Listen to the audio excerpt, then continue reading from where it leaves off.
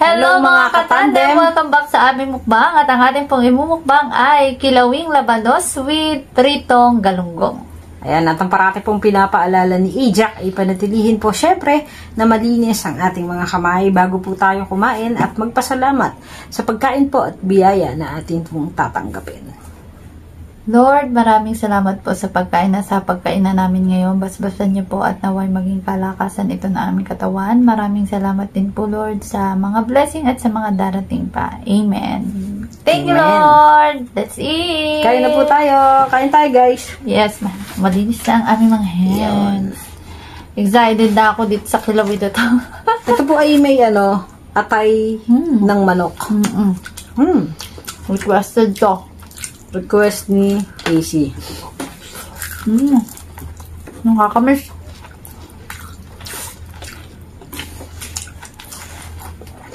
Kain pa.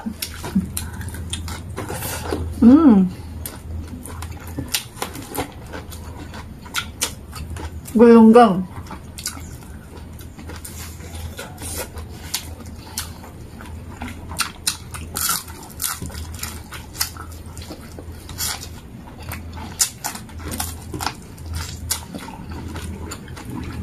Sarap ng labanos.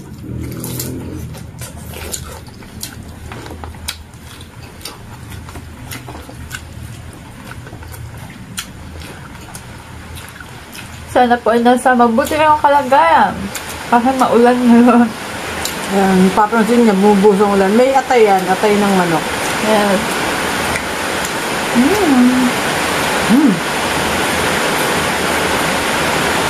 Lumakas na naman po ang ulan.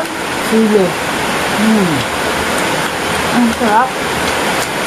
Kapag may dumanghang. Alam niyo guys, gusto namin ganito ang panahon pag nag-mukbang. Hindi kami pinapawisa. Kaya lang, hindi naman kami marinig.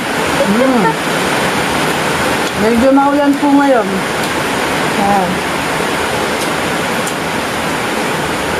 Ang sarap.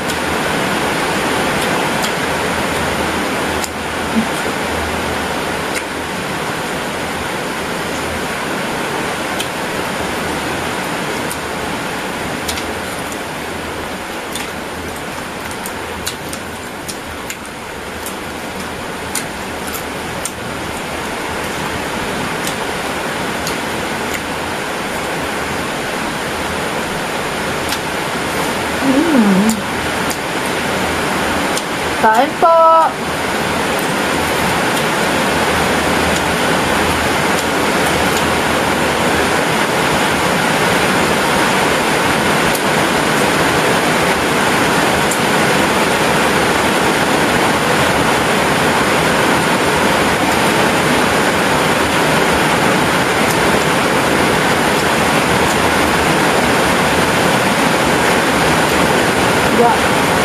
Background natin ulan.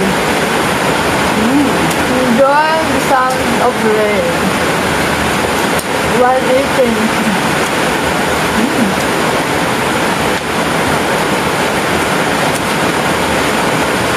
Kain po!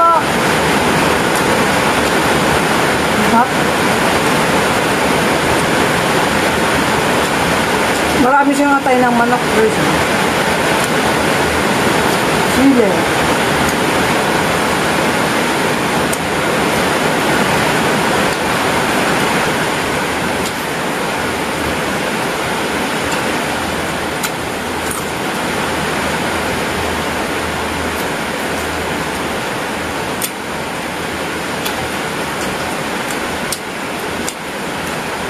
Sarap.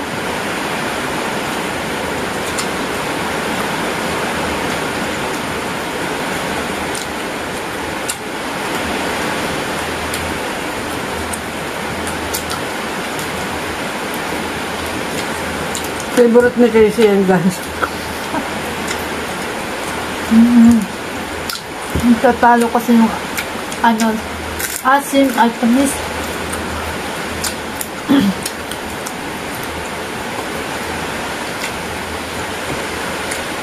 Ang daming apal.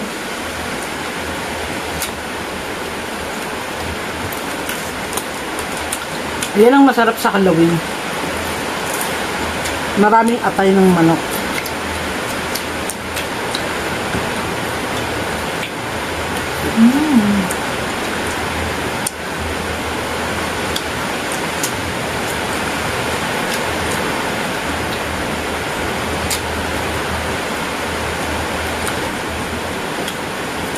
Pwede rin ito ng lahukan siguro ng baboy, no?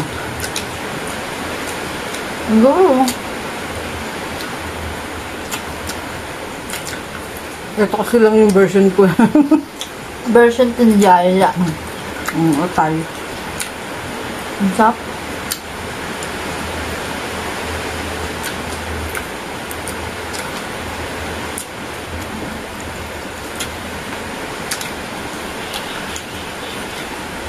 Walang pait yung ano.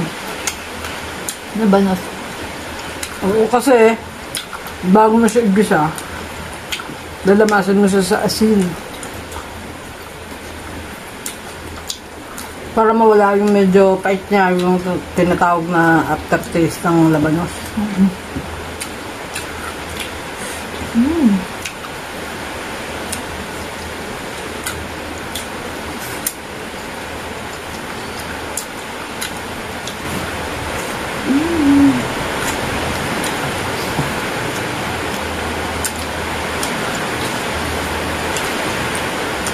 Sarap kumain tuwing umuulan. Masarap din to dun sa ano eh. Yung mga Ilocano. Ang ginagawa nila dyan, ginagayat nila ng pino. Lagyan ng sibuyas, kamatis. Parang ano, salad. Salad.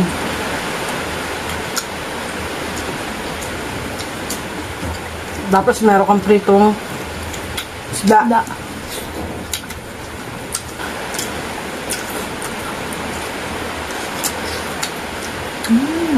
Kain po.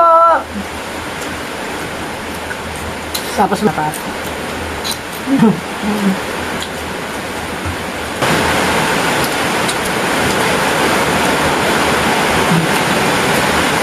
guys, natapos na naman po ang aming pagmumukbang. Ayan, maraming po salamat sa patuloy na panonood at pagsuporta po kay Ajak. Again guys, magkita-kita po ulit tayo hanggang sa susunod na Mukbang. Bye everyone. Ingat po lahat.